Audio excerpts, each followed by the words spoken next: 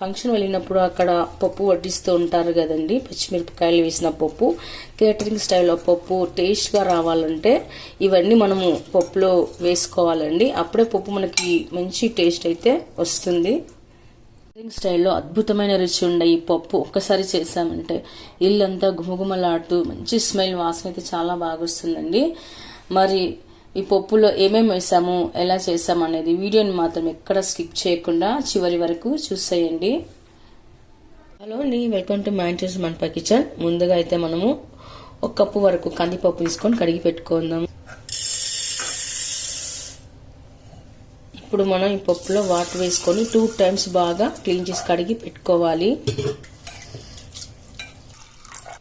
ఇల్లంతా 2 times clean చేసి పెట్టుకున్న తర్వాత పప్పు మునిగేంత వరకు వాటర్ వేసి పెట్టుకుందాము. ఇలా వాటర్ వేసి పెట్టుకున్న తర్వాత మనం ఒక 1/2 అవర్ పాటు పక్కన పెట్టుకోవాలండి. అప్పుడే పప్పు కరెక్ట్గా బాగా నానిపోతుంది.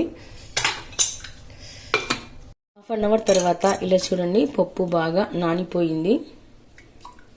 ఆ తర్వాత ఇందులోకి కట్ చేసి పెట్టుకున్న ఆనియన్ ముక్కలు 1 కప్, అలాగే కట్ చేసి పెట్టుకున్న టమాటాలు, వెల్లుల్లి, ధనియాలు ఇలా కచ్చపచ్చగా దంచి వేసుకోవాలండి. అలాగే కట్ చేసి పెట్టుకున్న గ్రీన్ చిల్లీ, కరివేపాకు, అలాగే సన్నగా కట్ చేసి పెట్టుకున్న మెంతికూరాకు. మీ దగ్గర మెంతికూర లేకపోతే పాలకూర అయినా వేసుకోవచ్చు, లేదా 2 కూడా వేసుకోవచ్చు. కొద్దిగా జీలకర్ర, పసుపు చిటికెడు, ఆయిల్ కొద్దిగా. ఇప్పుడు ఇవన్నీ వేసాక ఒకసారి కలుపుకొని పెట్టుకుందాము.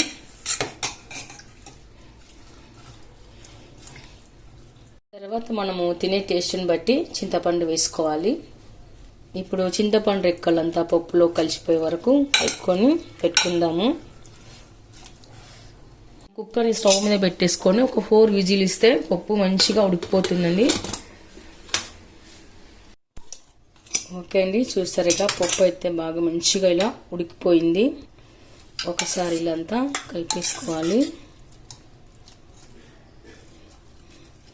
ఇప్పుడు ఇందులోకి కొద్దిగా మనము రాళ్ళ ఉప్పునైతే వేసుకుందామండి.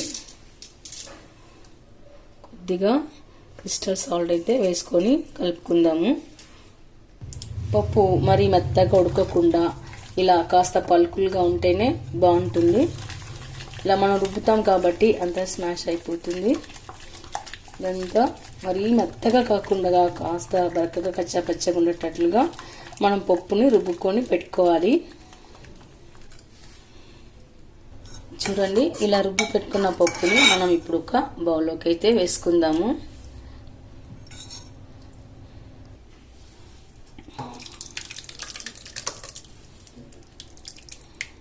తాలింపు కోసం కొద్దిగా ఆయిల్ వేసుకొని, ఆయిల్ హీట్ అయిన తర్వాత 4 వెల్లుల్లి రెబ్బలు వేసుకోవాలి. ఆ తర్వాత ఆవాలు, జీలకర్ర, మినపప్పు,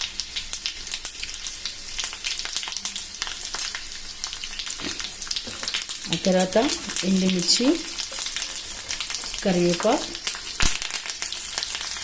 కొద్దిగా పసుపు ఇవన్నీ వేసి ఒకసారి కలిపి పెట్టుకున్న తర్వాత స్టైల్లో ఉన్న ఈ ధనియాల పప్పు చాలా టేస్ట్గా బాగుంటుందండి. ధనియాలు, పచ్చిమిర్చి వేయడం వలన పప్పుకు మరింత టేస్ట్ బాగుంటుంది.